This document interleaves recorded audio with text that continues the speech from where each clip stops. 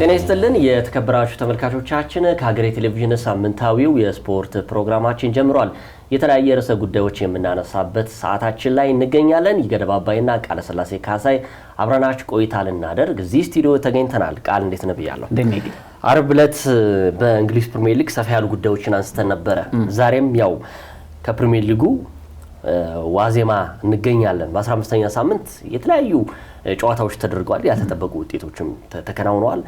በልዩነት ግን የሙሐመድ ሳላህና የሊቨርፑል እንደዚሁም የአርኔ ስሎት ጉዳዮችን በስፋት እንመለከታለን።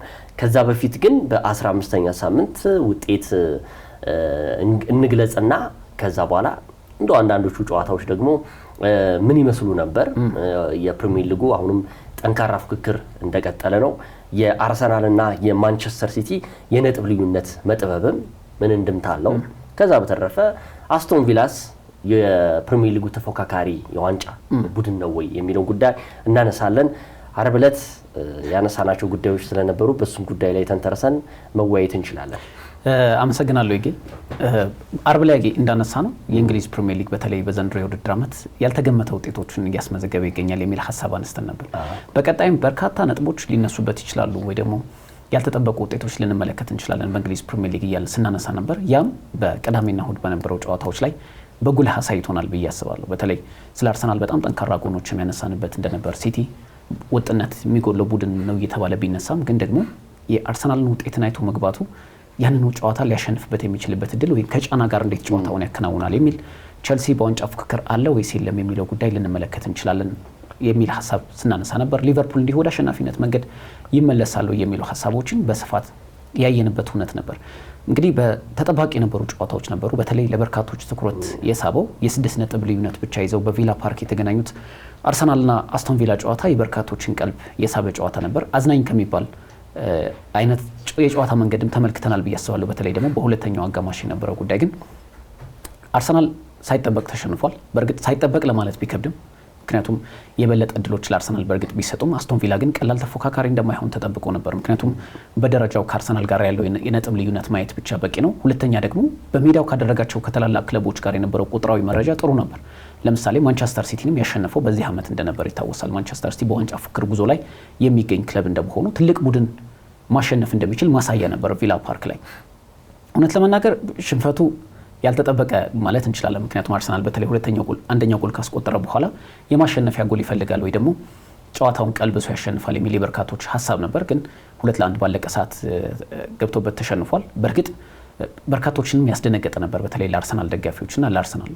ግን እውነት ለመናገር በፕሪሚየር ሊጉ ጨዋታ መሸነፍ አዲስ ነገር ነው የሚል እምነት የለኝም። አርሰናል በጣም ጠንካራ ቡድን ነው። አሁንም እውነት ለመናገር ከሌሎቹ ክለቦች በተሻለ መልኩ አርሰናል አሁንም ጠንካራው የሊጉ ክለብ ይመስለኛል። ይህ ደግሞ በፕሪሚየር ሊጉ ብቻ ሳይሆን በአውሮፓ ሻምፒዮንስ ሊግ ያለው ጉዞ በልዩነት ማንሳት እንችላለን። ይሄ ለምሳሌ ጨዋታ እንዲሸነፍ አርሰናል 18 ጨዋታዎች አስፈልገውት ነበር ለመጨረሻ ጊዜ የተሸነፈው ከዚህ ከሊቨርፑል ጨዋታ ጋር እንደነበር የሚታወስ ነው። ስለዚህ አርሰናል ምን ያህል ወጥ ቡድን እንደሆነ ተመልክተናል። መሸነፉ ያን ያህል እንደ ትልቅ ነገር መነሳቱ አስገርሞኛል። ምክንያቱም በርካታ ክለቦች ከሳምንት ሳምንት እየተሸነፉበት ባለው የፕሪሚየር ሊጉ ጨዋታ እንዲሁም ደግሞ ያልተጠበቁ ውጤቶች እየተከሰቱበት በሚገኘው የእንግሊዝ ፕሪሚየር ሊግ የዓመቱን ሁለተኛ ሽንፈት ማስተናገዱ እንደ ትልቅ ርዕስ መወራቱ በጣም አስገርሞኛል። እውነት ለመናገር እንደውም አርሰናል ምን ያህል ጠንካራ ቡድን እንደሆነ ያየንበት ይመስለኛል። ከ3 ወራት በላይ ፈጅቶበታል የሁለተኛ ሽንፈቱን ለማስተናገድ። ነገር ግን በፕሪሚየር ሊግ የዋንጫ ፍክክር ጉዞ ገና በርካታ ነገሮች ይፈጠራሉ። ለዛም ነው የእንግሊዝ ፕሪሚየር ሊግ ከሌሎቹ ሊጎች በበለጠ የማይገመትና ከሳምንት ሳምንት ምን ውጤት ሊያስመዘግብ እንደሚችል የማይጠበቀው ሊግ የሆነው በዛ ምክንያት ይመስለኛል። ግን አርሰናል በዛ ልክ ተሸንፎ በቃ ዋንጫውን ያጣ ያህል ነበር ስሜቱ። በተለይ ሶሻል ሚዲያዎች ላይ ስትመለከት በጣም አርሰናልን በበርካታ መልኩ የተቹ ነበሩና ምናልባት እግር ኳስን የምንከታተልበት በእርግጥ የሁላችንም መንገድ ይለያያል። ግን አርሰናል ሊሸነፍ እንደሚችልም መጠበቅ ግድ ይመስለኛል። በዘንድሮ የውድድር ዓመት እንደነ አትሌቲኮ ማድሪድን፣ ባየር ሙኒክን የመሳሰሉ ክለቦችን አሸንፏል። በፕሪሚየር ሊጉም ሁለተኛ ሽንፈቱ ነው ገና የገጠመው። አሁንም በ2 ነጥብ ልዩነት የፕሪሚየር ሊጉ መሪ ላይ የሚገኝ ቡድን ነው። ጨዋታው አስቶን ቪላ ያውን ቪላ ፓርክ ኡናይ ኤምሬ ደግሞ ባለፉት ዓመታት አርሰናልን በጣም ሲፈትኑ የነበሩ አሰልጣኝ እንደመሆናቸው እኔ ሽንፈቱ እንደ ትልቅ ነገር አላየሁትም። ምክንያቱም በዚህ ዓመት እኮ እነ ማንቸስተር ሲቲ 4 ጨዋታ የተሸነፉበት ነበር። ሊቨርፑል ምን ያህል ጨዋታዎች እንደተሸነፈ እየተመለከትን እንገኛለን። በፕሪሚየር ሊጉ 6 ያህል ጨዋታዎችን የተሸነፈ ክለብ ነው። ሊቨርፑልም እንደዚሁ ማንቸስተር ዩናይትድ በተደጋጋሚ ሽንፈቶች የሚገጥመው ቡድን ነው። ቸልሲ እንደዚሁ ባልተጠበቁ ጨዋታዎች ነጥብ የሚጥል ቡድን እንደመሆኑ አርሰናል መሸነፉ በእንደዚህ በትልቅ ደረጃ ላይ መነሳቱ እምብዛም አሳማኝ አይመስልም። ምክንያቱም ገና በሚመጡት ሳምንታት ራሱ አርሰናልም ጨምሮ በርካታ ክለቦች ሽንፈት እንደሚገጥማቸው ይጠበቃል ብዬ አስባለሁ። አዎ ምንም ጥያቄ የለውም። ቅድም ያልከው አርሰናል መሸነፉ እንደ ትልቅ ነገር የተነሳው ትልቅ ቡድን ስለሆነ ነው፣ ትልቅ ስብስብ ስላለው ነው። በነገራችን ላይ አርብ ዕለታም ስናወራ የነበረው ጉዳይ አለ። እኔ አሁንም ምንም ጥያቄ የለም ካለው የፕሪሚየር ሊጉ ወጥ ያልሆኑ ቡድኖች ውስጥ አሁንም ደግመዋለሁ 19ኙም ወጥ የሆነ ብቃት እያሳዩ አይደለም። ምክንያቱም ቅድም እንደገለጽከው 18 ያህል ጨዋታዎች በጣም ብዙ ሪከርድ ነው። ሁለተኛ አርብ ዕለታም ምን ስለ የነበረው ከአርሰናል ውጪ ያሉ ቡድኖች የማይገመቱ ናቸው። አሁንም የማይገመቱ ናቸው። በነገራችን ላይ አርሰናልን ሊያሸንፋል ብለህ የምትገምተው ቡድን ነው። በአስቶን ቪላ መሸነፉ ትልቅ ርዕስ ተሰጥቶታል። ትልቅ ቡድን ስለሆነ ነው። አሁንም ደግመዋለሁ። ከዛ በተረፈ ግን እስኪ ሌሎች ሊጎች ላይ ቢሆኑ ለምሳሌ 5ቱን የአውሮፓ ሊጎች ነጥለን ብናወጣ ባየር ሙኒክ በቡንደስሊጋው ታሪክ ያለ መሸነፍ ክብረ ወሰን ይዞ ቢሸነፍ በአርሰናል ልክ አይወራለትም። እንደውም ፓሪስ ሴን-ዠርመን በፈረንሳይ ሊግ 1 ላይ እንደዚህ አይነት አመጣጥ መጥቶ በሆነ ቲም ቢሸነፍ አይወራለትም በዚህ ልክ። ግን እኔ የሚገርመኝ ነገር ለምሳሌ ፓሪስ ሴን-ዠርመንም ባየር ሙኒክም በሊጋቸው ላይ ዶሚኔት ያደርጉ ቡድኖች ናቸው። ከዛ በተረፈ ደግሞ የሚገጥሟቸው ለምሳሌ ባየር ሙኒክን ያሸነፈው ቡድን ከባየር ሙኒክ አንፃር ስታየው በጣም ዝቅተኛ ቡድን ሊሆን ይችላል። ከተጫዋቾቹ ጥራት አንፃር፣ ከስብስቡ አንፃር ፓሪስ ሴን-ዠርሜንን ቢሸነፍ እንደዚሁ ያሸነፈው ቡድን ከተጫዋቾቹ ጥራት አንፃር ከቲሙ አንፃር ስታየው ከላይ እናታቸውን ቡድኖች ሊሆኑ ይችላሉ። አርሰናል ያሸነፈው ማን ነው? አስቶን ቪላ ትልቅ የቡድን ስብስብ ያለው ነው። በአሰልጣኝ ኡናይ ኤምሬ የሚመራ ቡድን ነው። በአውሮፓ ሻምፒዮንስ ሊግ በጣም አዳጋች የሆነ ቡድን ነው። በአውሮፓ መድረክ ላይ ትልቅ ተሳታፊ የሆነ ቡድን ነው። እኔ አይገርመኝም። እንደውም የሚገርመኝ ባየር ሙኒክ ወይም ደግሞ ፓሪስ ሴን-ዠርሜን ከተሸነፉ ይገርመኝ ነበረ። በጣም በትንሽ ቡድን ተሸነፉ ብለን አርሰናል የተሸነፈው በትልቅ ቡድን ነው። ግን አሁንም የምገልጸው የምፈልገው ወጥ የሆነ ብቃት በሌላቸው ቡድኖች ናቸው። አሁን እንደውም ከአርሰናል ሽንፈት በኋላ የቀድሞው የማንቸስተር ዩናይትድ የኋላ መስመር ተጫዋች ጋሪ ኔቭል ምን አለ መሰለህ፣ እንደውም ለአርሰናል መደናገጥ የለበትም። እንደውም መሸነፍ ለአርሰናል መደናገጥ እኔ የቡድኑ አባል በሆነ አሁን ላይ መሸነፋቸው ትምህርት ሊሆን ይገባል። ምክንያቱም ሁሌ ማሸነፍ አይደለም፣ መሸነፍም ሊኖር ይችላል። በውድድር ዓመቱ ላይ 1 እና 2 ጨዋታዎች ስለተሸነፍክ ከሻምፒዮንነት ውጪ ላትሆን ትችላለህ። እንደ አድቫንቴጅ የምትይዘው ደግሞ ለምሳሌ ማንቸስተር ሲቲ ሰንደርላንድን 3-0 አሸንፎ የ2 ነጥብ ልዩነት ሲያደርገው አርሰናል ከጀርባው እንዳለ ይታወቃል። ባለፈውም ገልጸው ነበር። አሁን ደግሞ ማን መጣ ደግሞ አስቶን ቪላን በ3 ነጥብ ልዩነት የሊጉ ተፎካካሪ ሆኖ ብቅ አለ ነው የተባለው። ግን እነዚህ ሁለቱ ቡድኖች ደግሞ በሚቀጥለው ሳምንት ምን እንደሚያመጡ አታውቀውም። ለምሳሌ አስቶን ቪላ ወይ አቻ ሊወጣ ይችላል ወይ ሊሸነፍ ይችላል። ሲቲም እንደዚሁ አታውቀውም። እኔ አሁንም ደግሞ አርሰናል አይሸነፍም እያልኩኝ አይደለም፣ አቻ አይወጣም እያልኩ አይደለም። ግን ከ90% በላይ የማሸነፍ እድሉ ለአርሰናል ነው የምሰጠው። ለሲቲ ስጠው ብትልኝ አልሰጠውም ያለው ወቅታዊ ብቃት። ስለዚህ የአርሰናል አሁን መሸነፍ ትልቅ ቡድን ስለሆነ ትልቅ የቡድን ግንባታ ስላለ በመቀጠል አርሰናል ሙሉ ቲሙን ይዞ አልነበርም የገባው። ጉዳት ምክንያት ሊሆን አይችልም። ግን የዊሊያም ሳሊባና የገብርኤል ማጋሌሽ አለመኖር ግን ቁልጭ አድርጎ ጎርቶታል። ምንም ጥያቄ የለው። እነዚህ ልጆች ከሜዳቸው ውጪ ተጉዞ ሲሄዱ ቪላ ፓርክ በጣም ከባድ ነው ለአርሰናል በተከታታይ አመታቶቹ ላይ የተቸገረበት የነበረ ነው። ስለዚህ እንደነዚህ አይነት ጫና በጣም ፔንፉል የሆነበት አርሰናል በነገራችን ላይ ሁሉ ጊዜ ከ90 ደቂቃ በኋላ የሚያስቆጥራቸው ጎሎች እሱ ላይ ሲቆጠሩበት በጣም ፔንፉል ነበር።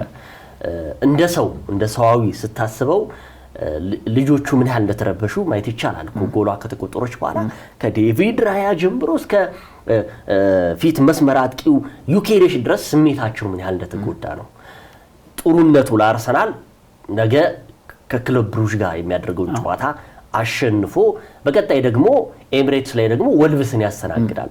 በዛ ጨዋታ ይመለሳል ብዬ ገምታለሁ። ምንም ጥያቄ የለውም። ስለዚህ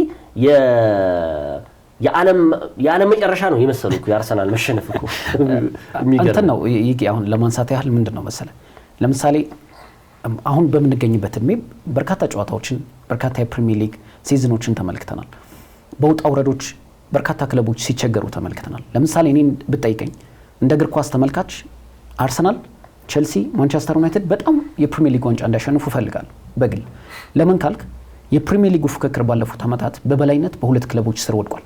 እንደውም በርካቶች አንዳንድ ጊዜ እኮ ፋርመርስ ሊግ እያሉ የሚጠሯቸው የጀርመን ቡንደስሊጋን የፈረንሳይ ሊግ እንስታነሳ እኮ በአንድ የቡድን የበላይነት ያ ሊግ ሲጠናቀቅ ሌሎች ክለቦች ምን ያህል ተፎካካሪ ስለመሆናቸው ጥያቄን ያስነሳል ይባላል። አሁን ባለፉት 10 ዓመታት የእንግሊዝ ፕሪሚየር ሊግን ብትከታተል ማንቸስተር ሲቲ በጣም ዶሚኔት አድርጎታል። በመሃል ሊቨርፑል በኤርገን ክሎፕ እና በአርነ ስሎት 2 ዋንጫዎችን ያሸነፈው። አብዛኛው 7 የፕሪሚየር ሊግ ዋንጫዎችን ያሸነፉት አሰልጣኝ ፔፕ ጓርዲዮላ ናቸው። ከፕሪሚየር ሊጉ ፍክክር በጣም ትልቅ ስምና ታሪክ ያላቸው አርሰናል፣ ማንቸስተር ዩናይትድ እና ቼልሲ ከዚህ ፍክክር ውስጥ ርቀዋል። ለምሳሌ ቼልሲን በዋንጫ የታጀበ ጊዜያትን ቢያሳልፍም ግን በአውሮፓ መድረክ ነው የነገሰው። በወቅቱ በ2021 ቻምፒየንስ ሊግ አንስቷል። የክለቦች ዓለም ዋንጫን በቅርቡ አሸንፏል። ኮንፈረንስ ሊግ፣ ዩሮፓ ሊግን አሸንፏል። እንደዚህ የአውሮፓ ሱፐር ካፕንም ጨምሮ እነዚህ ክለቦች ዋንጫ ማንሳታቸው ለፕሪሚየር ሊጉ ድምቀት ለምንወደው እግር ኳስን በጣም ትልቅ ግብአት ይሆናል ብዬ አስባለሁ። አሁን እኔ በጣም የሚገርመኝ ነገር አርሰናል 19ኙም ክለቦች ስገምት እየተመለከት ነው እንደምንገኘው 19ኙም ክለቦች አርሰናል ዋንጫ እንዲያሸንፍ የሚፈልጉ አይመስለኝም። እርግጥ እዛ ያለው ለምሳሌ ለንደን ያለው ወይ ሌሎች አውሮፓ ከተሞች ላይ ያለው እዛ ቦታ ላይ ስላልተገኘን የነሱ ስሜት ምን ይመስላል የሚለው ነገር አልተረዳም።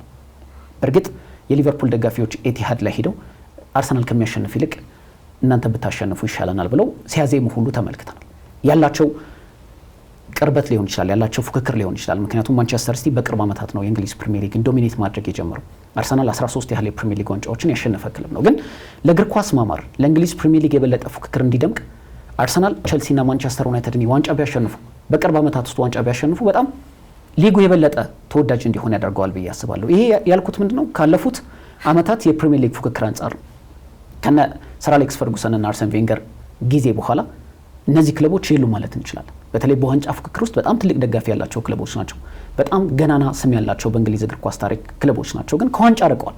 እነዚህ ክለቦች ዋንጫ ቢያሸንፉ ለሌሎቹም መነሳሻ ይሆናል ብዬ አስባለሁ። ለምሳሌ እኔ ማንቸስተር ዩናይትድ በጣም ዝቅ ብሎ ሳየው እንደ እግር ኳስ ተመልካች በጣም ነው ማዝነው። ቼልሲ ከዚህ በፊትም በተደጋጋሚ ያነስተነዋል። ዋንጫ በሚያሸንፍበት ጊዜ በተደጋጋሚ ነው የምንሰራው። ለምን የምንወደው ሊግ እስከሆነ ድረስ የምንወዳቸው ተጫዋቾች የሚገኙበት ክለቦች እንደመሆናቸው በርካታ ደጋፊዎች እንደያዙ ክለቦች እነዚህ ክለቦች ተሳክቶላቸው ማየት በጣም እንደ እግር ኳስ ተመልካች የሚያስደስት ነገር ነው። ግን አርሰናል በ3 ወራት ውስጥ ተሸነፈ ብሎ በዚህ ልክ ቅድም እንዳልከው መደለቅ ግን እውነት ለመናገር ያን ያህል አግባብ ነው የሚል እምነት የለኝም። ምክንያቱም በ18 ጨዋታዎች የተሸነፈ ቡድን አንድ ጨዋታ ተሸነፈ ብሎ በዚህ ልክ ከሆነ ምናልባት አርሰናልም በቀጣይ ጨዋታዎች ላይ እንዲሸነፍ ይፈልጋል ብዬ አስባለሁና እነዚህ ክለቦች ዋንጫ ማሸነፋቸው ለእግር ኳስ ስሜቱም ለፉክክሩም ላለው ምንድነው የሚባለው በደጋፊዎች መካከል ላለው ስሜትም በጣም አስፈላጊ ነው ብዬ አስባለሁና ምናልባት 19 ክለቦች ለአርሰናል በዚህ ልክ ዋንጫ እንዳይበላ አለመፈለጋቸው ምክንያቱም እንደሆነ አልገባኝም።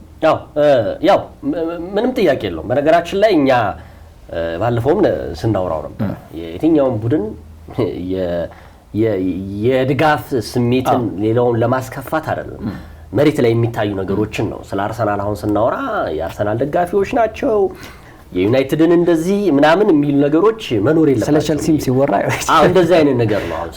አሁን ያው የትኛውም ዓለም ላይ ስለ አንድ ቡድን ስታወራ ደጋፊው ደስ ይለዋል። ስለ አንድ ቡድን ደግሞ ስታቸው ያ ደጋፊ ደስ አይለውም።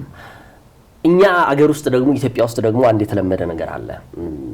ለምሳሌ ስለ አርሰናል ጥሩነት ስታወራ ጭራሽ ያንን የድጋፍ ስሜቱን አልፎ ሊተቹ ይገባቸዋል። ይተቹ ጥሩ ነው በተቹት፣ ግን ትችቱ እስከምን ድረስ ነው? አግባብ ነው ወይ ያ የሚተቸው? እኔ አሁን ለምሳሌ ስለ አርሰናል ባለፈው ያወራ ነው ጉዳይ አለ። 19 ክለቦች የማይገመቱ ናቸው። አርሰናል ብቻ ነው ልትገምተው የምችለው። ስትገምተው ደግሞ በአሸናፊነቱ የሚቀጥል ቡድን ነው። አሁንም እኔ ሐሳቤን አልቀየርም። በነገራችን ላይ ያን ስላልኩኝ እኔ ልተች ወይም ደግሞ ልሰደብ አይገባኝም ስሜቴ ነው ያን ደጋፊ እኮ ማለት ይችላል እኮ መብቱ ነው ግን ያንደን ቡድን ወክያ አይደለም እየተናገርኩ ያለውን ነገር ነው ያየን ያለው ማንቸስተር ዩናይትድ የ90% የማሸነፍ እድሉ ዘንድሮ ከፍተኛ አይደለም ዝቅተኛ ነው ካለው ወቅታዊ ብቃት አንፃር ቼልሲንም ያነሳ ነው ዛሬ ቼልሲ አርሰናል ጋር በነበረው ጨዋታ የሚቆም አይመስልም እኮ አይደል ባርሰሎና ደግሞ ሲያሸንፍ ቼልሲ በውድድር አመቱ የሚቆም አይመስልም ነበር እኮ በሊድስ ዩናይትድ 2-0 ሲሸነፍ 2-1 ሲሸነፍ ምንድነው የምትለው 3-1 3 ገብቶበታል ከዛሳ አሁን በቀደም ደግሞ ውጤቱን አስጠብቆ ሳይወጣ ከቦርን መዝገራቸው ሲወጣ ደግሞ ምንድነው ትላለህ ያ ምንድነው ተጨባጭ ያልሆነ ነው ተለዋዋጭ የሆነ ቡድን ነው ሊቨርፑል ማን ነው ቼልሲ ስለዚህ ውጤታማ ጊዜን ያሳለፈ አይደለም ማንቸስተር ሲቲንም እንደዚህ ነው የምለው የማንቸስተር ሲቲን አሁን ብዙ ጊዜ የምናገረው አለ አሁን ሲቲ በነገራችን ላይ ከሪያል ማድሪድ ጋር ነው የሚጫወተው ከዛ ቀጥሎ ደግሞ ከክሪስታል ፓላስ ጋር ነው የሚጫወተው ሊከብደው ይችላል የሚል ስሜት ነው ስለዚህ የአርሰናልን ይሄ የማውደስ ምናምን ሳይሆን የምናየውን ነገር ለማንሳት ነው ብዙ ጊዜ የምናነሳው ባለፈውም ጋርኒቪልን ሐሳብ ትናንትና ማንሳት ስለምፈልግ ነው ወይም ደግሞ ጋራዋለሁ ብዬ ገምታለሁ ወደ ጉዳያችን እንለፍ የማንቸስተር ሲቲን ጉዳይ እናንሳና ከዛ ወደ መሐመድ ሳላህና ወደ አርኔ ስሎት ጉዳይ እናልፋለን ሲቲ በዘንድሮ የውድድር አመት ላይ ባለፈውም ስናወራ ነበር የቡድን ግንባታ ውስጥ የሚገኝ ቡድን ነው አሰልጣኝ ፔፕ ጋርዲዮላ ከአርሰናል ሽንፈትና ከቼልሲ ነጥብ መጣል በኋላ እጅግ ደስተኛ እንደነበሩ ነው የተናገሩት እንዴ በጣም ሴሌብሬት ሳደርግ ነው ያደርኩት ደስተኛ ጊዜ ነው ምክንያቱም የኔ ተቀናቃኞች ነጥብ ጥለውልኛል ስለዚህ የማንቸስተር ሲቲ የዋንጫ ፍክክር ተቀናቃኞች ምንም ጥያቄ የለውም ቼልሲና አርሰናል እንደሆኑ እሳቸውም ተናግረዋል ሌሎቹ እንደማይቀናቀናቸው ሲቲ እንግዲህ ሰንደርላንድና 3-0 ማሸነፉ ራሱ ተአምር ነው ሚንስ ለትልልቅ ቡድኖች በጣም ከባድ የሆነውን ሰንደርላንድን ኢታር ላይ ቢሆንም 3 ጎሎችን አስቆጥሮ በዚህ ልዩነት ማሸነፉ የአርሰናልን ደግሞ ነጥብ አይቶ መግባት ደግሞ ትልቅ ድጋፍ አድርጎ ባለፈው ስትገልጸው ነበር ለሲቲ ትልቅ እድል ነው አርሰናል ወይ ነጥብ ቢጥል ወይ ቢሸነፍ ሲቲ በሌላ ወይ ውስጥ ገብቶ ነው ጨዋታውን የሚያደርገው አድርጎታል የሁለት ነጥብ ልዩነት አለ ሲቲ እስከምን ድረስ ነው አሁን ይሄን የሁለት ነጥብ ልዩነት ሊያስቀጥል የሚችለው አርሰናልስ ነጥብ ከጣለ ሲቲ ደግሞ አሁን በፊት አርሰናል ብዙ ጊዜ ምንተቸው የነበረው ጉዳይ ሌሎቹ ቡድኖች ነጥብ ሲጥሉለት አርሰናል አይጠቀምም የሚል ሐሳብ እናነሳ ነበር ዘንድሮ ደግሞ ሲቲ አርሰናል ነጥብ ሲጥልም አርሰናል ሲሸነፍም ነጥቡን ያስጠበቅ አይደለም የሚል ትችት ውስጥ ገብተን ነበር ኤኒሃው የሁለት ነጥብ ልዩነት አለ ግን የፔፕ ጋርዲዮላው ሲቲ እስከምን ድረስ ነው አሁን ዋንጫ ፍክክር ውስጥ ሊገባ የሚችለው ጉዳይ እናንሳ ባለፈውም እንዳነሳ ነው በተለይ ሲቲ በቡድን ግንባታ ሂደት ውስጥ ቢሆንም አዳዲሶቹ ፈራሚዎች ከቡድኑ ጋር በፍጥነት የሚዋሃዱ ከሆነና አሰልጣኝ ፔፕ ጋርዲዮላ ከምክትላቸው ፔፕ ሊንደርስ ወደ ተጫዋቾቻቸው ለማስረጽ የፈለጉት የጨዋታ ፍልስፍናን ከተረዱ ሲቲ አስቸጋሪ ቡድን ሊሆን ይችላል የሚል አንስተናል በእርግጥ ሲቲ በዘንድሮ የውድድር አመት የወጥነት ችግር በበርካታ ጨዋታዎች ላይ ተነስቶበታል ምክንያቱም በዘንድሮ የውድድር አመት በፕሪሚየር ሊግ 4 ሽንፈት ገጥሞታል በቀላል ጨዋታዎች ግቦች ሲያስተናግድ የነበረ ቡድን ነው በተለይ ደግሞ ያንን በማሳያነት ያነሳናቸው የባለፈው የፉልሃም እና የሊድስ ዩናይትድ ጨዋታ ላይ በሁለት ጨዋታ 6 ግብ ሲቆጠርበት ሲቲ በማጥቃት ረገድ በጣም የተሻለ ቡድን ነው በመከላከሉ ረገድ የሚያስተካክል ከሆነ ግን ጠንካራ ተፎካካሪ ይሆናል ብለን አንስተን ነበር ባለፈው ሲቲ የቀዳሚውን ጨዋታ ግን በሚገባ ተጠቅሞበታል ሰንደርላንድ በዘንድሮ የውድድር አመት ቼልሲን ስታንፎርድ ብሪጅ ላይ ሄዶ ያሸነፈ ቡድን ነው ሊቨርፑልን አንፊልድ ላይ ነጥብ ያስጣለ ቡድን ነው የሊጉ መሪ አርሰናልን በስታዲየም ኦፍ ላይት ነጥብ ያስጣለ ቡድን ነው ስለዚህ ካለው ጥንካሬ አንፃር ለሲቲም ፈታኝ ተጋጣሚ ሊሆን ይችላል ብለን አንስተን ነበር ምክንያቱም ያለ ጫና የሚጫወት ቡድን ነው በሊጉ ለመትረፍ የሚጫወት ቡድን ቢሆንም ግን በውድድር አመቱ የመጣበት ጉዞ ደግሞ ከፍ ባለ ደረጃ ላይ እንዲቀመጥ አድርጎታል ይህ ደግሞ ለማንቸስተር ሲፈታ ይሆናል ብለን አስበን ነበር ሲቲ በጨዋታው የመጀመሪያ አካባቢ ደቂቃዎች ላይ ትንሽ ግብ ለማግኘት ተቸግሮ ነበር ምክንያቱም በሎ ብሎክ ሲጫወቱ ነበር ሰንደርላንድ በአምስት ተከላካዮች አጥረውት ነበር ማለት እንችላለን እና ዳን ባላርድ አጠቃላይ ዝግ ነበር በኋላ ላይ ግን የሲቲ ተከላካዮች ሁለቱንም ያስቆጠሩት እነሱ ነበሩ አንደኛው አስደናቂ ግብ ነበር ሩበን ዲያዝ ከርቀት ያስቆጠረው ጆሽኮ ቫርዲዮልም በኋላ ላይ ያስቆጠረው ግብ ተመልክተናል ይህ በተደጋጋሚ ያነሳነው ሐሳብ መልስ የሰጠን ይመስለኛል ማንቸስተር ሲቲ የኤርሊንግ ሃላንድ ጥገኛ መሆን የለበትም ብለን አንስተነው ነበር በዛም ጨዋታ ላይ ተመልክተናል ሲቲ ላስቆጠሯቸው ጎሎች የኤርሊንግ ሃላንድ ተሳትፎ ባይኖርም ነገር ግን ሲቲ ያንን ጨዋታ አሸንፎ ወጥቷል ይህ ደግሞ በፔፕ ጋርዲዮላ ከዚህ በፊት የነበረውን መንገድ በተለይ በውድድር አመቱ የኤርሊንግ ሃላንድ ጥገኛ ሆኖ የመጣባቸው ጨዋታዎች ኤርሊንግ ሃላንድ ባላስቆጠረባቸው ጨዋታዎች ላይ መሸነፉ እንደ አንድ ትልቅነት ምክንያት ወጥ ላለመሆኑ እያነሳን ነበር። አሁን ግን ከተለያዩ አቅጣጫዎች ግቦች ማግኘቱ ማንቸስተር ሲቲ ወደ ተሻለ ጥንካሬ እየመጣ እንደሆነ ማሳያ ነው። በጨዋታው እንቅስቃሴ ረገድም በጣም ሰንደርላንድን ዶሚኔት ያደረገበት መንገድ ነበር። ሲቲ አሁንም በርካቶች እንደሚያነሱት የወጥነት ችግር ያነሱበታል። ይህ የሆነው ደግሞ በሲቲ ልክ የምናውቀው ጥንካሬ በተለይ የተከላካይ ክፍሉ ላይ አለመረጋጋቶች መታየታቸው እንዳንድ ምክንያትነት ያነሳሉ። በቀጣይ ትልልቅ ጨዋታዎች ይጠብቁታል። ሪያል ማድሪድ በአውሮፓ ሻምፒዮንስ ሊግ በ6ኛ ዙር፣ በእንግሊዝ ፕሪሚየር ሊግ 16ኛ ሳምንት ደግሞ በሰለርስት ፓርክ ከክሪስታል ፓላስ ጋር ወሳኝ ጨዋታ ያደርጋል። አሁን በርካቶች የሚሰጉት ሲቲ ከዚህ በፊትም ከኋላ ሆኖ እያጀበ ይመጣና በኋላ ላይ የሚገለብጠው ነገር አለ ወይ ደግሞ ሲቲ በተለምዶ የምናውቀው ነው። ባለፉት 4 ተከታታይ የእንግሊዝ ፕሪሚየር ሊግ ዋንጫዎችን አሸንፎ ክብረ ወሰን ሲሰብር ተመሳሳይ አይነት ሂደቶች ነበሩት። ግን ያ የነበረው የአርሰናል ስብስብ ወይ ደግሞ በመሪነት ላይ የተቀመጠው አርሰናል አሁን ያለው አይመስለኝም። በእርግጥ በሜንታሊቲ ደረጃ አርሰናል 3 ዓመት ሙሉ ሁለተኛ ደረጃ ላይ ይዞ ያጠናቀቀ ቡድን አሁን እንደዚህ አይነት ስነልቦና ይላበሳሉ ብዬ አልጠብቅም። ምክንያቱም በስብስብ ደረጃ ራሳቸውን አጠናክረዋል። ቡድኑ የተሻለ የስነልቦና ጥንካሬ ላይ ይገኛል። ሲቲ አሁንም ለአርሰናል እውነተኛ ተፎካካሪው እንደሚሆን ባለፈውም እንዳነሳ ነው ይሆናል።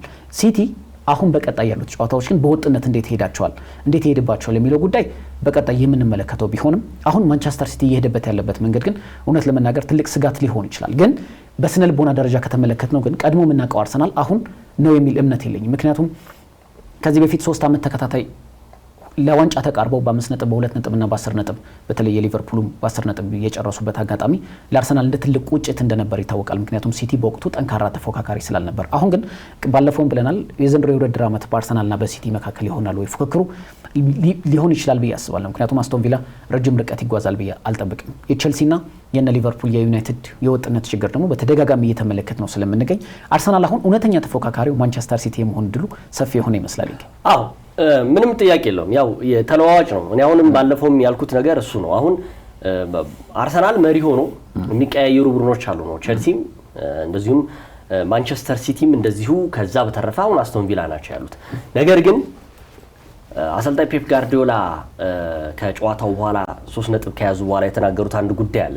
በፕሪሚየር ሊጉ ባለኝ ልምድ፣ በእንግሊዝ ፕሪሚየር ሊግ ላይ ባለኝ ልምድ ወቅታዊ ብቃትህ ወሳኝነት አለው። ለሊጉ መምራትም ለዋንጫ አሸናፊነትም ወቅታዊ ብቃቱ ነው። አሁን ሲቲ ከሰንደርላንድ ጋር በነበረው ጨዋታ ምንም ጥያቄ የለውም በጣም ምንድነው የሚባለው ምርጥ ቲም ነበር ያሳያል።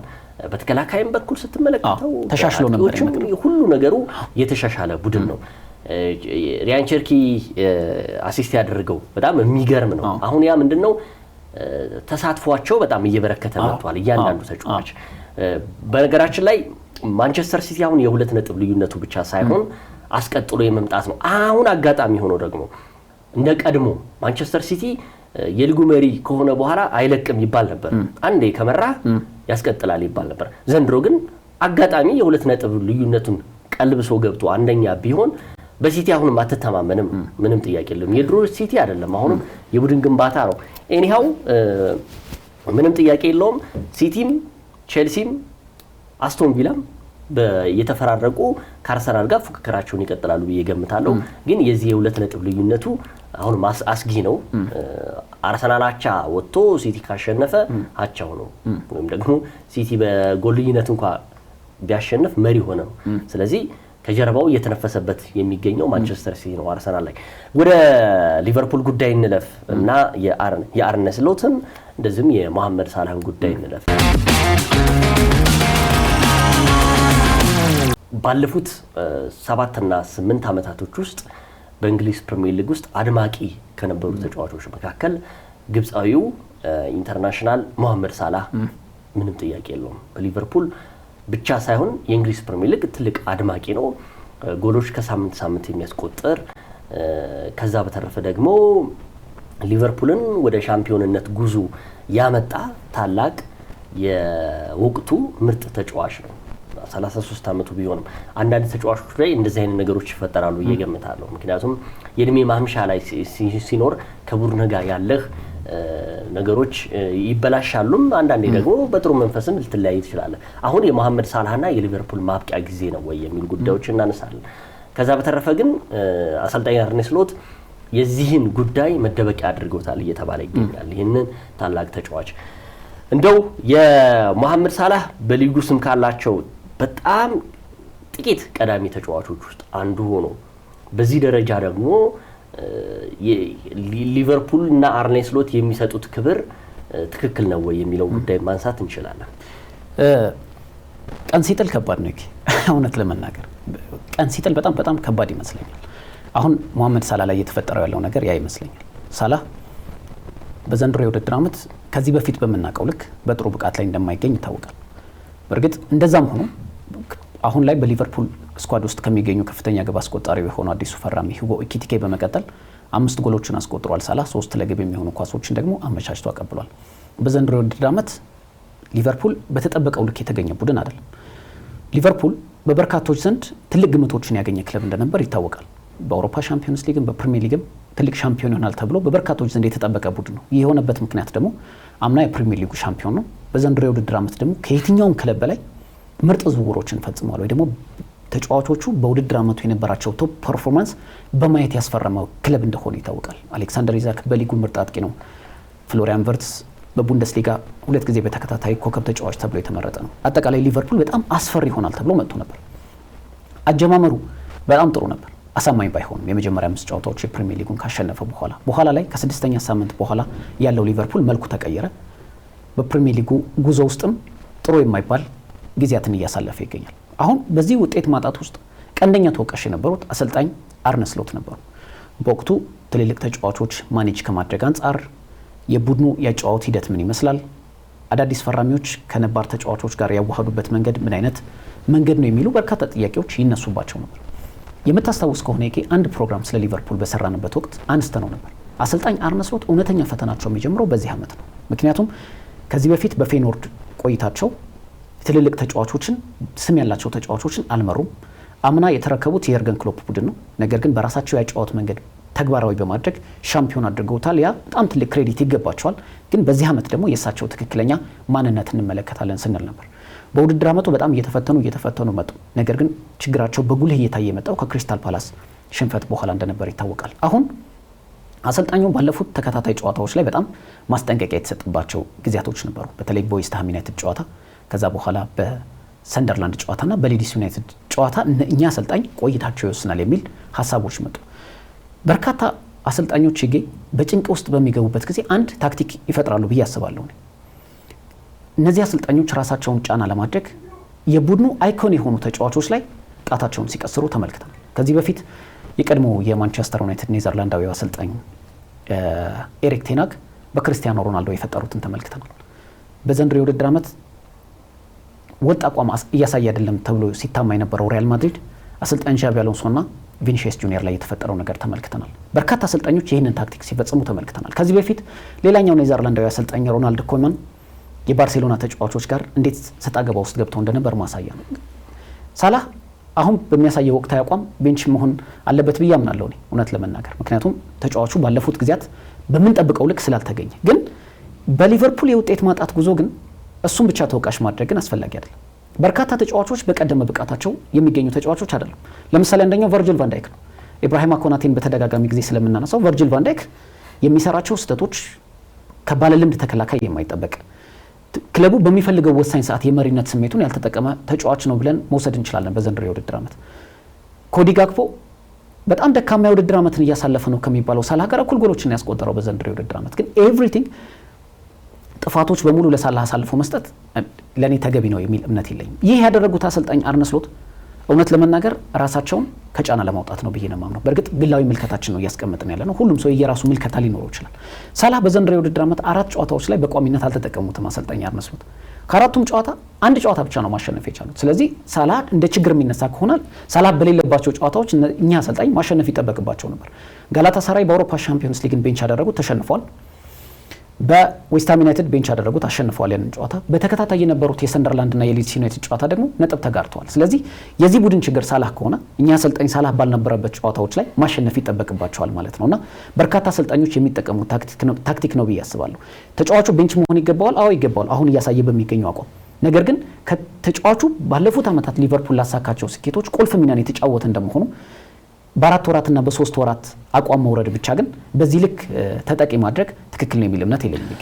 አዎ ያው ስለ መሐመድ ሳላህ የተወሰነ ነገር ማለት ፈልጋለሁ። ምክንያቱም እንደው ጠለቅ ብለህ ስታየው ይህ ግብፃዊ ኢንተርናሽናል እንደ አውሮፓውያኑ ዘመን ቀመር 2017 የውድድር ዘመን ላይ ከሮማ ሲመጣ በዚህ ልክ ይገንዳል ብሎ ማንም የጠበቀው ነገር የለም።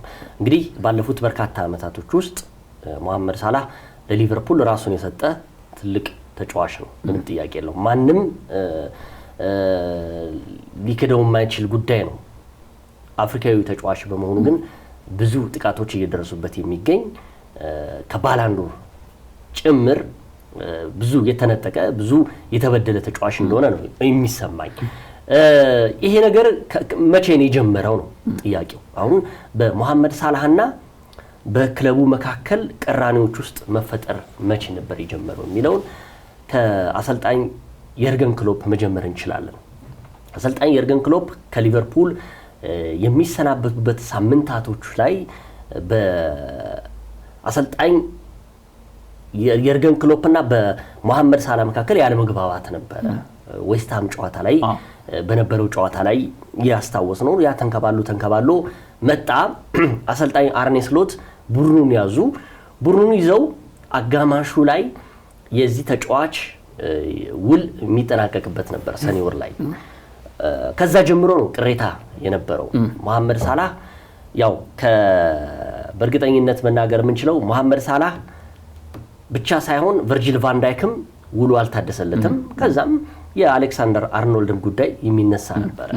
አሁን ይህን ጉዳይ ስናነሳ አሰልጣኝ የርገን ክሎፕ ትተውት የሄዱት ሁለቱን ታላላቅ ቡድኖች ተጫዋቾች የውል ማራዘም ጉዳይ በመሐመድ ሳላህ ላይ ቅሬታ አስነስቶ ነበር። እውነት ለመናገር ይሄ ቡድን የማይፈልገኝ ከሆነ ወደ ሌላ መሄድ አለብኝ፣ ማሳወቅ አለበት።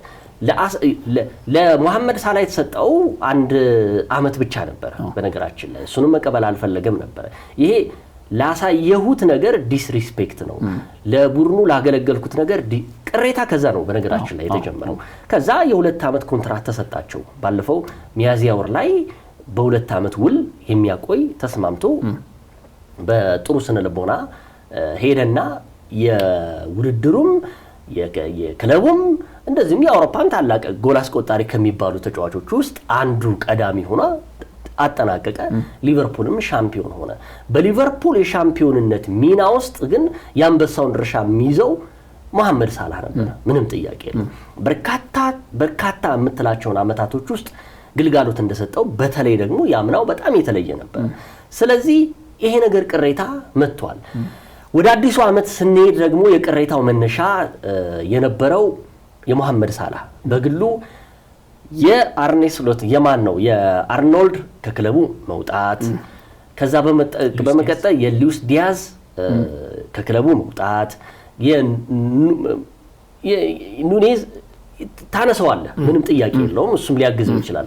ከዛ በተረፈ ደግሞ በጣም ልቡን የነካው ራሱን ደግሞ በጣም ትንሽ አስቸጋሪ ውስጥ ጥሎት እንደነበር የሚነገረው አሁን ባለፈው ሲነገር የነበረው የዲያጎ ጆታ ህልፈት በመሐመድ ሳላህ የጨዋታ ሚና ውስጥ ትልቅ አስተዋጽኦ አድርጎታል። ስለዚህ አሁን ትልቁ ነገር በመሐመድ ሳላህ ወቅታዊ ብቃት ላይ ትልቅ ድርሻ የሚኖራቸው እነዚህ ተጫዋቾች ናቸው። በሊቨርፑል አለመኖር አዲስ ቡድን ግንባታ ስታመጣ በአንድ ተጫዋች ላይ ኢፌክት እንደሚፈጠር ይታወቃል። ስለዚህ የአርኔ ስሎት አዲሱ ቡድን ግንባታ በመሐመድ ሳላህ ላይ ጥላሸት ሆኖበታል። አዳዲሶቹ ተጫዋቾች የስቦዝ ላይ አምና ነበር፣ ምንም ጥያቄ የለውም።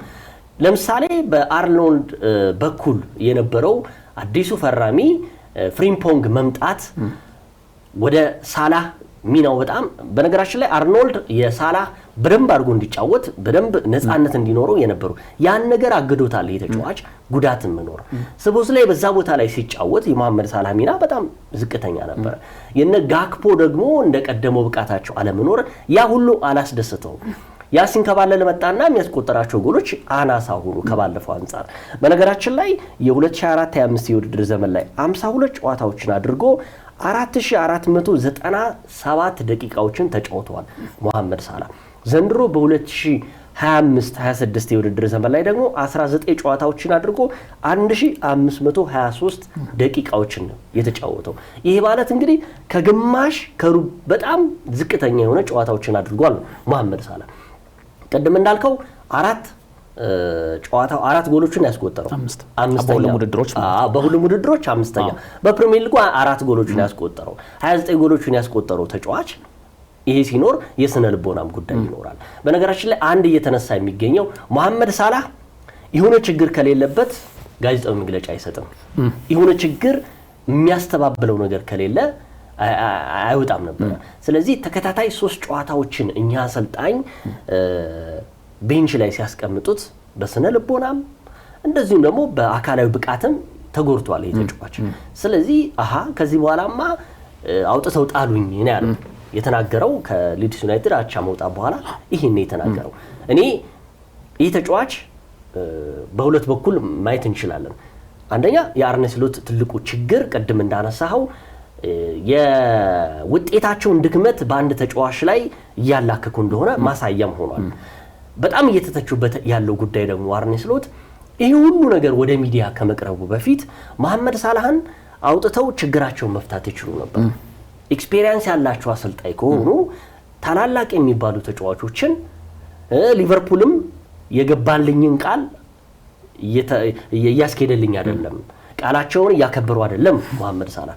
ስለዚህ ይሄን ነገር መሐመድ ሳላህ በነገራችን ላይ አሁን ላይ ባለው ወቅታዊ ብቃቱ አንጻር ላይ ላንተቸው እንችላለን እንጂ የሳውዲ ክለቦች በተለይ አልሂላል የሲሞኔ ኢንዛጊ በጣም ከሚፈልጉት የሜጀር ሊግ ሶከሮች ኢቨን ፕሪሚየር ሊግ ውስጥ የሚገኙ ትልልቅ ክለቦች ይፈልጉታል መሐመድ ሳላህ። 33 ዓመት ማለት በኤክስፒሪየንስ ደረጃ ስታየው በጣም ብዙ ነገር ተጫውቷል። ስለዚህ በመሐመድ ሳላህና በአርነ ስሎት ያለው ጉዳይ በትንሹ ይሄን ይመስላል። በቀጣይ ግን መወቀስ ያለባቸው ተጫዋቾች የትኞቹ ናቸው? መሐመድ ሳላህ ነው ወይ? ከዛ በተረፈ ለዚህ ሁሉ ችግር ማን ነው ተጠያቂ የሚደረገው? ከዛስ እንደው መሐመድ ሳላህ በዚህ በጥሬ ተጫዋቾች የዝውውር መስኮት ላይ ከሊቨርፑል ከወጣ የትኛውን ቡድን ሊቀላቀል ይችላል? ደግሞ በሁለተኛው ምዕራፍ ላይ ማውራት እንችላለን። ይሄ አሁን አሰልጣኞች ራሳቸውን ነፃ ለማድረግ የተለያዩ መንገዶችን ይጠቀማሉ ብዬ አስባለሁ። ከዚህ በፊት በማሳያነት የነ ኤሪክ ቴን ሃግ፣ ሮናልዶ ኮመን፣ ራሱ ጃቢ አሎንሶ አሁን በቅርብ ጊዜያት እየተፈጠሩት ያሉት በሪያል ማድሪድ ቤት ማንሳት እንችላለን። ሳላህ በሊቨርፑል ታሪክ ውስጥ አይነተኛ ሚና የተጫወተ ተጫዋች ነው። ክለቡ ከ30 ዓመታት በኋላ ለመጀመሪያ ጊዜ ፕሪሚየር ሊግ ሲያሸንፍ ቁልፍ ሚና የተጫወተ ተጫዋች ነው። ባሳለፍነው የውድድር ዓመት ክለቡ 20ኛው የፕሪሚየር ሊግ ዋንጫ አሸንፎ ከላንክሻየር ተቀናቃኙ ማንቸስተር ዩናይትድ ጋር እኩል ታሪክ ሲጋራ በልዩነት ትልቅ ተጽዕኖ ፈጣሪ የነበረው ሳላህ ነበር። 29 የፕሪሚየር ሊግ ጎሎችን አስቆጥሮ 18 አሲስቶችን አድርጎ የእንግሊዝ ፕሪሚየር ሊግ ኮከብ ተጫዋች፣ የፕሮፌሽናል እግር ኳስ ተጫዋቾች ማህበር ኮከብ ተጫዋች፣ የእንግሊዝ ጸሐፊዎች ማህበር ኮከብ ተጫዋች የተመረጠው ለአሰልጣኝ አርነ ስሎት ትልቅ ባለውለታ ነው ብዬ አስባለሁ። እውነት ለመናገር በሳቸው ስኬት ውስጥ ቁልፉ ተጫዋች የነበረው መሐመድ ሳላህ ስለነበር በ38ቱም የፕሪሚየር ሊግ ጨዋታዎች ላይ የተሰለፈ ተጫዋች ነው። እንደውም 2 ተጫዋቾች ናቸው በልዩነት ከሱ ጋር የተሰለፉት፣ ቨርጂል ቫን ዳይክ እና በልዩነት ደግሞ ራያን ግራቨንበርግ። በዚህ ስኬት ውስጥ አይነተኛ ሚና ለተጫወተ ተጫዋች ቅድም እንዳልከው ችግር እንኳን ቢኖር ቁጭ ተደርጎ ፊት ለፊት በተቀያሪ ወንበር ላይ መቀመጥ ለተላላቅ ተጫዋቾች እንደ ትልቅ ዜና ሊሆን ይችላል እንጂ በቡድን ውስጥ ሚና እየቀዘቀዘ ከመጣ አዲስ ነገር አይደለም። በተለይ በዘመናዊው እግር ኳስ ከሳምንት ሳምንት የምታሳየው አቋም በጣም ወሳኝነት አለው በቀጣይነት ለመጫወት። ይህ ተጫዋች የተያዘበት መንገድ ምን ይመስላል? ለምሳሌ አሁን ገና 4ኛው ወሩ ነው የፕሪሚየር ሊግ። ስለዚህ ገና በርካታ ጨዋታዎች ይቀራሉ። ገና 15ኛ ሳምንት ነው። 23 ሳምንታት ከዚህ በኋላ ይቀሩታል ፕሪሚየር ሊጉ። ስለዚህ ይሄን የመሰለ ታሪካዊ ተጫዋች በቀያዮቹ መለያ በ420 ጨዋታዎች 250 ጎሎችን ያስቆጠረ ተጫዋች የምትይዝበት መንገድ ምን ይመስላል የሚለው ግን ትልቅ ጥያቄን ይፈጥራል። ሳላህ ትላንት እንደፈረመው የሊቨርፑል ተጫዋች የምታነሳው ተጫዋች አይደለም። በእንግሊዝ ፕሪሚየር ሊግ ታሪክ ራሳቸውን በልዩነት ካሳዩ ደማቅ አፍሪካውያን ከዋክብቶች መካከል ቀዳሚው ነው ማለት እንችላለን። ሳላህ የተለያዩ ክብረ ወሰኖችን የሰበረ ተጫዋች ነው። ሊቨርፑል የአውሮፓ ሻምፒዮንስ ሊግ ሲያሳካም ልዩነት ፈጣሪ የነበረው ተጫዋች ነው። አሁን ሲመጣ ግን በእውነት እናውራ ከተባለ በዘንድሮ የውድድር ዓመት በእንግሊዝ ፕሪሚየር ሊግ በሊቨርፑል ቤት ውስጥ ከዶሚኒክ ሶቦዝላይ ውጭ በጥሩ እንቅስቃሴ ከሳምንት ሳምንት እየተጫወተ ያለ ተጫዋች ስለመኖሩ እርግጠኛ አይደለም። አብዛኞቹ ተጫዋቾች ከአቅም በታች እየተጫወቱ የሚገኙ ተጫዋቾች ናቸው። ኢብራሂማ ኮናቴ እኮ በሪያል ማድሪድ ሲፈልግ የነበረ ተጫዋች፣ ሪያል ማድሪድ ፍላጎቱን ገሸሽ ያደረገበት ተጫዋች ነው። ቨርጂል ቫን ዳይክ ቅድም እንደተነሳው በትልቅ ደረጃ ላይ መገኘት ሲገባው ቨርጂል ቫን ዳይክ ከአቋም መውረድ ጋር በተገናኘ የሚነሳ ተጫዋች ነው። አብዛኞቹ ተጫዋቾች ብትመለከት አሌክሳንደር ኢዛክ እየተመለከት ነው ከክረምቱ ፈራሚዎች መካከል ፍሎሪያን ቨርትዝ አሁን ላንወቅሰው እንችላለን፣ ምክንያቱም ገና ጊዜው ገና ስለሆነ እስኪለማመድ ድረስ ከቡድኑ ጋር እስኪዋሃድ ድረስ። ግን ከወጣበት 116 ሚሊዮን ፓውንድ አንጻር የሚገባውን አቋም እያሳየ የሚገኝ ተጫዋች አይደለም። ኮዲ ጋክፖ የሊቨርፑል ደጋፊዎች መመስከር ይችላሉ። ከሚያስቆጥራቸው ግቦችና አሲስት ከሚያደርጋቸው ኳሶች በላይ እያጠፋ የሚገኝ ተጫዋች ነው። ግን በልዩነት መሐመድ ሳላህ ላይ ትኩረት የተደረገበት ምክንያት አሰልጣኝ አርነ ስሎት ራሳቸውን ከጫና ለማውጣት ያደረጉት ጥረት ነው ብዬ አስባለሁ። በርካቶች የተለያዩ አይነት ምልከታዎችን ሊኖራቸው ይችላል። ለምሳሌ አሰልጣኙ ትክክል ነው የሚል ከክለብ የሚበልጥ ተጫዋች የለም፣ ሁላችንም የምንቀበለው ነው። ግን ሳላህ ምን መጥፎ ነገር ተናገረ? ለምሳሌ ቤንች ውስጥ ሲቀመጥም ምንም መጥፎ ነገር የተናገረው የለም። ግን ባለፉት 3 ተከታታይ ጨዋታዎች ላይ የተያዘበት መንገድና በአሰልጣኙ ዲስሪስፔክት እየተደረገ እንደሆነ ራሱ ከሰጠው አስተያየት በኋላ ነው በነገራችን ላይ መነጋገሪያ የሆነው። ሳላህ እንደ ሌሎች ተጫዋቾች እንደ ቡድን ውስጥ እንደሚረብሹ አይነት ተጫዋቾች ተመልክተንበታል የሚል ባህሪ አይቼበታለሁ ብዬ አላስብም። አሁን ሊቨርፑል ከወዲሁ የእሱን ተተኪ ማፈላለግ ጀምሯል። እንደውም አንዳንድ ጋዜጦች አንቶኒ ሴሜንዮን ለማስፈረም ሊቨርፑል ፍላጎት እንዳለው እየተመለከት እንገኛለን። ግን ተመልክተ ከሆነ ትልቅ ተጫዋቾችን የነኩ ክለቦች እውነት ለመናገር ስኬታቸው ሲቀዘቅዝ እንጂ ከፍ ሲል አልተመለከትም። አብዛኞቹ በርካታ በእግር ኳሱ ታሪክ ትልቅ አሻራን ያሳረፉ ተጫዋቾች ክለቦች በሚነኩበት ጊዜ ክለቦች አሰልጣኞችን ይደግፋሉ። ምክንያቱም ሌሎች ተጫዋቾችን ስለሚመለከቱ ያ ግልጽ ነው። ግን ሳላህ የሚያክል ተጫዋች በውጣ ውረዶች በሊቨርፑል ጉዞ ውስጥ አይነተኛ ሚና የተጫወተ ተጫዋች በእንደዚህ መልኩ መያዝ ማለት እኔ ለሊቨርፑልም ጥሩ ነው የሚል እምነት የለኝም። ከሳምንት ሳምንት በየጨዋታዎቹ ሲዘመርለት የነበረ ተጫዋች ቅድም እንደውም የና አሌክሳንደር አርኖልድን አንስተዋል።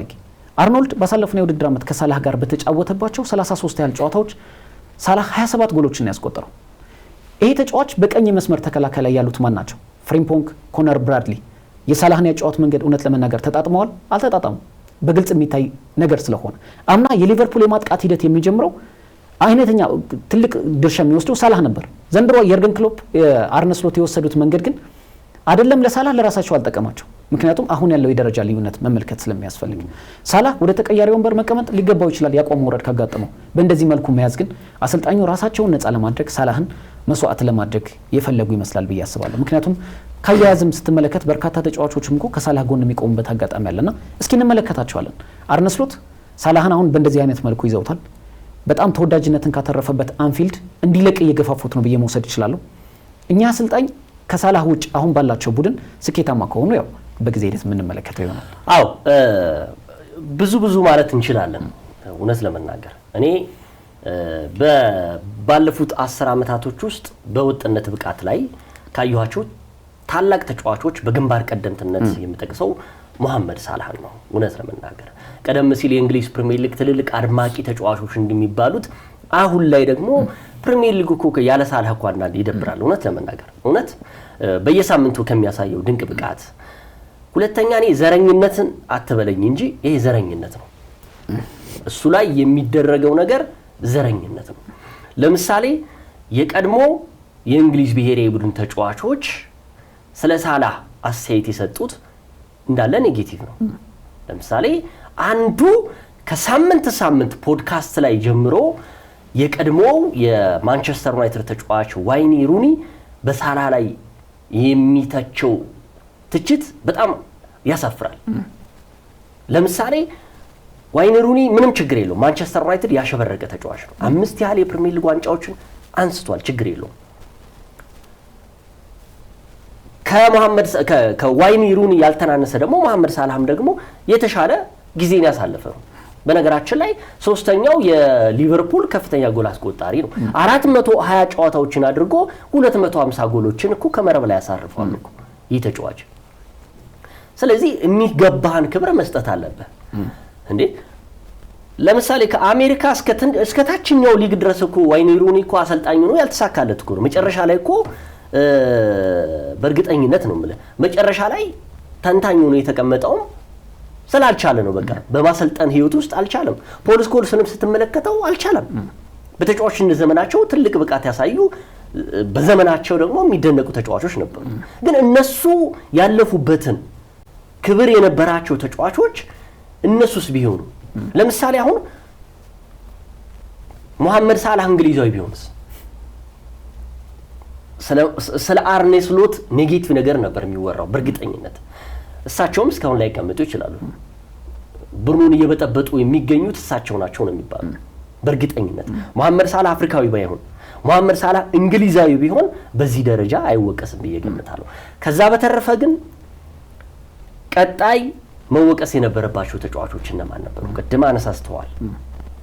ለምሳሌ ለሊቨርፑል ውጤት ማጣት እንደዚህ መሆን የመሐመድ ሳላህ ጎል አለማስቆጠር ነው ወይስ ደግሞ ከኋላ ያሉት ተከላካዮች ወንፊት መሆን ነው?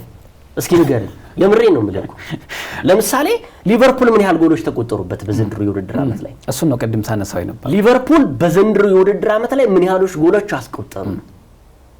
ከመሐመድ ሳላህ የምጠብቀውን ላታገኝ ትችላለህ። ሲንግል አውት አድርገህ ግን እሱን ልታወጣ አትችልም። ለምሳሌ ባለፈው ስናወራለት የነበረው እኔ አንዳንዴም ተጫዋች አይመስለኝም በነገራችን ላይ የኢብራሂም ኮናቴ ጉዳይ ሲነሳ እውነቴን ነው የምልህ ሐሳቡ ቀልቡ ሁሉ ነገር ቤርናባው ነው ስንል ነበር። አሁን አርፎ ተቀመጠ።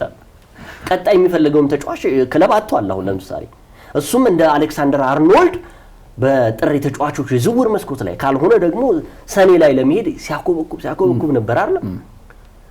በኢብራሂም ኮናቴ ችግር በሱ ስህተት ሊቨርፑል ምን ያህል ጎሎች ተቆጠሩበት?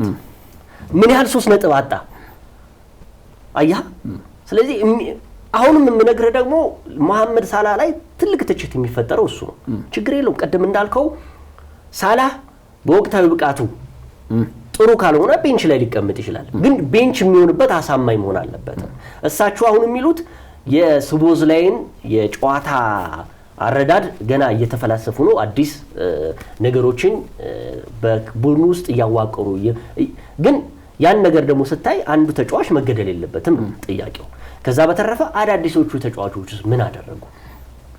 ለምሳሌ አሌክሳንደር አይዛክ በኒውካስል ዩናይትድ ላይ በየሳምንቱ ጎል የሚያስቆጥር አሁን ምን ተሳነው ሊቨርፑል ላይ ጎል አለማስቆጠሩ? ኢኪቲኪ ሲነሳ ዘንድሮ ያንን ብቃቱን አለመድገሙ ምንድን ነው የሚነሳው? እንደውም በጣም የተሻለ ተጫዋች እንደውም ብለን እንኳን ብናነሳው ማለት ነው። ለምንድን ነው እነሱስ የማይወቀሱት? ለምንድን ነው መሐመድ ሳላህ አፍሪካዊ ስለሆነ ብዙ ጎሎችን እስከዛሬ ያስቆጠረ ስለነበረ እንዴ? በእርግጠኝነት እኮ ነው የምነግርህ። ይህ ተጫዋች በእርግጠኝነት ነው የምነግርህ ሪያል ማድሪድ ቢሆን በዚህ ደረጃ አይገፋም ነበር። አሁንም እኔ የአሰልጣኝ አርኔ ስሎት ችግር የመሐመድ ሳላህን ወቅታዊ ብቃት ተደራርቦ ቅድምም አሁንም የምለው ለሊቨርፑል ውጤት ማጣት እንደ መደበቂያ ግን አድርገውታል። ከውጭም እያስመቱት ያሉት አሰልጣኝ ናቸው። ከዛ በተረፈ መሐመድ ሳላህንም አንድ መስማማበት ነገር ምንድነው ቢያንስ ይችን 2 ሳምንት ታግሷት ቢሆን በኔ አረዳድ ለምሳሌ ያው ካቅም በላይ ሆኖበት ነው ይሄን ነገር ያወጣው። አሁን በሰንደርላንድ ጨዋታ ላይ ቤንች ሆኖ በሊድስ ዩናይትድ ጨዋታ ላይ ቤንች ሆኖ ከተጠናቀቀ በኋላ የብራይተኑ ጨዋታ አንፊልድ ላይ የመጨረሻ ጨዋታ ሊሆን ይችላል፣ ቤተሰቦችን መሰናበትበት ደጋፊዎቹን መሰናበትበት ወቅት ሊሆን ይችላል፣ ከዚህ በኋላ አታዩኝም፣ ከዛ ወደ አፍሪካ ዋንጫ ይሄዳል። ግን ያችን ቢታገሳት ጥሩ ነበር ብዬ ገምታለሁ። ሆሳም ሐሰን ምን አለ መሰለህ የግብጽ ብሔራዊ ቡድን ዋና አሰልጣኝ መሐመድ ሳላህ ያችን ነገር ይዟት ቢሆን ወደኛ ሲመጣ ነገሮችን አረጋግቶ ይመለስ ነበር። አሁን ድብልቅልቅ ያለውም እሱ ነው። አሰልጣኝ አርኔ ስሎትን ነው የሊቨርፑል ባለሀብቶችን እየደገፉ የሚገኙት። አሁንም ጥያቄ አለብኝ። እኛ አሰልጣኝ ቀጣይነት አላቸው ወይ? መሐመድ ሳላህን ወይ ቤንች ልታደርገው ትችላለህ፣ በጥሬ ተጫዋቾች የዝውውር ገበያ ላይ ልታሰናብተው ትችላለህ። ከዛስ ሌላ ስህተት እየተሰራ ቢመጣስ? እኛ አሰልጣኝ ደግሞ ቅድም እንዳልከው ደግሞ ትልልቅ ተጫዋቾቹን የገፉ ተጫዋቾች አሰልጣኞች መጨረሻቸው ነው ውድቀት ነው። አንስተነዋል። አሁን ሳላህ ደጋግመን ስላነሳ ነው ጉዳዩ ከአቋም መውረድ ጋር በተገናኘ ከሆነ ተቀያሪ ወንበር ላይ መቀመጡ አዲስ ነገር አይደለም። በነገራችን ላይ ሳላህ ከአቅም በላይ ስለሆነበት ሊሆን ይችላል ይህንን አስተያየት የሰጠው ብዬ አስባለሁ። ለምሳሌ ሳላህ በጣም ትልቅ ፕሮፌሽናል ተጫዋች ነው። ከ2 ጨዋታዎች በኋላ ወደ አፍሪካ ዋንጫ ያመራል። ስለዚህ ቢታገስ ብለን እኔም የምመርጠው ሀሳብ ሊሆን ይችላል። ግን ይህ ተጫዋች የሆነ እየተሰራበት የመጣ ነገር እንዳለ ማሳያ ነው። ይህንን አሁን በአውሮፓ ቻምፒዮንስ ሊግ ከኢንተር ሚላን ጋር ይጫወታል በሳንሲሮ ወይም በጁሴፔ ሜዛ። ከዛ በኋላ ብራይተንን ይገጥማል። ሳላህ ግን የተናገረው ንግግር በጣም ከባድ ለመሆኑ ማሳያው ቤተሰቦችን ጠርቻቸዋለሁ፣ የአንፊልድ ደጋፊዎች ሰናበታለሁ ሲል የበለጠ ነዳጅ እንደማርከፍከፍ አድርጎታል። ምክንያቱም ሚዲያው በሙሉ የሚያወራው ስለነዚህ ሰዎች ስለሆኑ።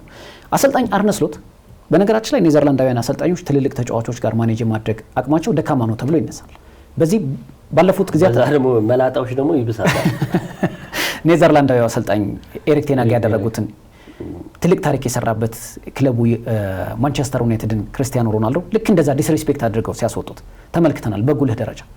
ከዛ በኋላ ሄዶ ሮናልዶ ባልናስር በዚህ አመቱ በዚህ እድሜው አሰልጣኝ ኤሪክ ቴን ሃግ ምናልባት በአሰልጣኝ ዘመናቸው ያላስቆጠሩት አይነት ግብ ተጫዋቾቻቸው ያላስቆጠሩላቸው ግብ አሁን በአልናስር እያስቆጠረ ይገኛል። በፖርቹጋል ብሔራዊ ቡድን እያስቆጠረ ይገኛል። ግን እንደ መደበቂያ ያደርጉታል። ሮናልዶ ኩመን ባርሴሎና በመሩበት ጊዜ የብሉግራናዎቹን የመልበሻ ክፍል ውስጥ እንዴት እንደተበጣበጠ ተመልክተናል።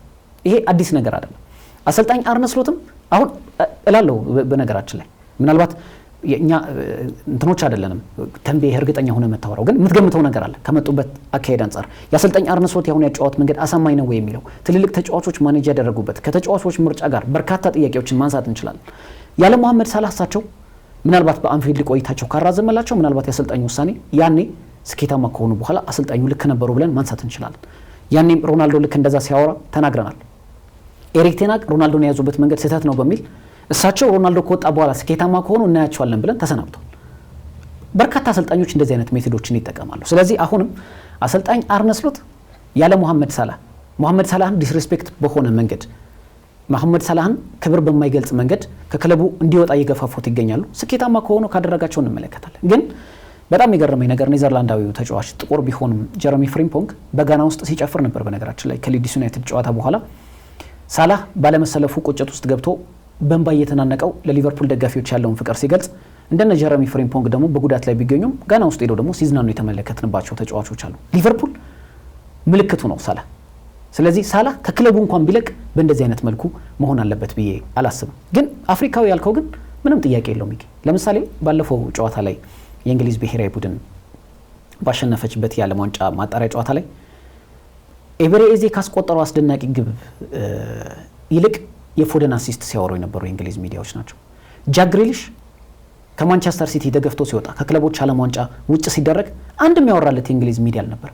ተጫዋቹ ግን ሂዶ ፐርፎርም እያደረገ ይገኛል በኤቨርተን። ግን ይህን ያክል በነጥለው ለማንቸስተር ሲቲ ውጤት ማጣት ጃክ ግሪሊሽ ተጠያቂ ነው ሲሉ አልተመለከትናቸውም። ፎደን አምና እንግሊዝ ሀገሩ በ2024 የአውሮፓ ዋንጫ በአጥብቃ በምትፈልገው ጊዜ ማንቸስተር ሲቲ በጣም በተቸገረበት ጊዜ ፎደን የስነ ልቦና ጫና እየደረሰበት ነው በሚል ነው እንጂ ድጋፍ የሰጡት ይሄን ያክል ሲተቹት አልተመለከትንም። አሁንም አሰልጣኝ አርነ ስሎትም ይሄ ተጫዋች ኔዘርላንዳዊ ቢሆን ኖሮ በዚህ ልክ ዲስሪስፔክት ያደርጉታል ብዬ አላስብም። እና ምናልባት በቀጣይ የሊቨርፑል ጉዞ ግን ታላቅ ኮከባቸውን በዚህ መልክ የሚሸኙ ከሆነ ግን ትልቅ አደጋ ውስጥ ሊገቡ ይችላሉ ብዬ አስባለሁ። አዎ ያው አንዳንዶቹ ይላሉ ይሄ ከክለብ በላይ ምናምን አይደለም፣ አያገናኝም። በነገራችን ላይ ይሄ ከክለብ በላይ የሚያስብል አይደለም። አሁን ሳላህ ዲሲፕሊን ያለው ተጫዋች ነው። በነገራችን ያንንም ባለፉት አመታት በደንብ አሳይቷል። ዲሲፕሊን ማለት ደግሞ አንዱ ከአሰልጣኞቹ ጋር ተግባብተህ መስራት ነው፣ ከቡድን አጋሮቹ ጋር ያለ።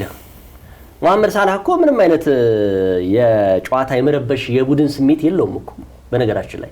ስለዚህ ከክለብ በላይ የሚያስብል ነገር የለውም። ከክለብ በላይ የምታስብላቸው እነማንን ነው? ለምሳሌ ሪያል ማድሪድ ውስጥ የሚረብሹ ተጫዋቾች ይኖራሉ፣ እንደነ ቪኒሲየስ ጁኒየር አይነት። እንደነሱ ከክለብ በላይ ችግር የለም ያሰናብታል ይላል። ረባሽ ተጫዋቾች ይኖራሉ በክለብ ውስጥ። መሐመድ ሳላህ ግን ዲሲፕሊን ያለው አመለሸጋ ተጫዋች ነው፣ ምንም ጥያቄ የለውም። ለዚህ ማሳያ ይገኛል። በየትኛው ደጋፊ ተጠልቶ ያውቃል ሳላህ? አዎ እሱ እኮ ነው መሐመድ ሳላህ። የትኛውም እኮ የ19ኙም የፕሪሚየር ሊግ እኮ ክለቦች እኮ የሚፈሩት ተጫዋች እኮ። ይሄ ማለት ደግሞ በሚያሳየው ድንቅ ብቃት ነው። ማንቸስተር ሲቲ ላይ ስንት ጎል ነው ያስቆጠረበት? ዩናይትድ ላይ ስንት ጎል ነው ያስቆጠረበት? ትልልቅ የሚባሉ ይሄ እኮ ዝም ብሎ ብቃት ይሁን በትንንሾቹ 240 ጎሎችን ሲያስቆጠር እኮ በነገራችን ላይ ቃል ሳላህ ትልልቆቹ ቡድኖች ላይ ነው ብዙ ነው ያስቆጠረው እኮ። ይሄ ነው አንዱ ማሳያ።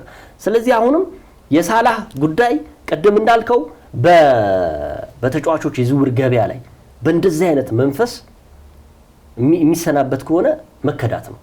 እግር ኳስ ታስጠላለች እውነት ለመናገር በዚህ ደረጃ በቃ የምትወደውን እንደዚህ ሲጠላህ በእርግጠኝነት ምንም ዋስትና የለም። አንዱ ደግሞ ዋስትና እንዳይኖርህ የአሌክሳንደር አርኖልድ ደግሞ ባለፈው የተገፋበት ጉዳይ ነው። ለማንኛውም ሳላህም በልዩነት አንስተናል ዛሬ። በቀጣይ ደግሞ ማክሰኞ ኢንተር ሚላን ጋር የሚያደርጉት ጨዋታ የሚጠበቅ ነው። ይኑር አይኑር እስካሁን የተባለ ነገር የለም። ይጓዝ አይጓዝም። ከዛ በተረፈ ዛሬም ትሬኒንግ ላይ ይገኝ አይገኝ የሚል ጉዳዮች እየተነሱበት ይገኛሉ። በቀጣይ ስንመለስ ደግሞ ምን አይነት ጉዳዮች ይኖራሉ የሚለውን በእንግሊዝ ፕሪሚየር ሊግ ላይ ተንተርሰን የምንወያይ ይሆናል። የዛሬው ፕሮግራም አዘጋጅተን ያቀረብነው ይገደብ አባይና ቃለስላሴ ካሳይ ከመላው ስቱዲዮ ፕሮግራም አዘጋጆች ጋር ቆይታ አደረግን። ሳምንት በሌላ ጉዳይ እንመለሳለን። እስከ ሳምንት መልካም ሳምንት ይሁንላችሁ።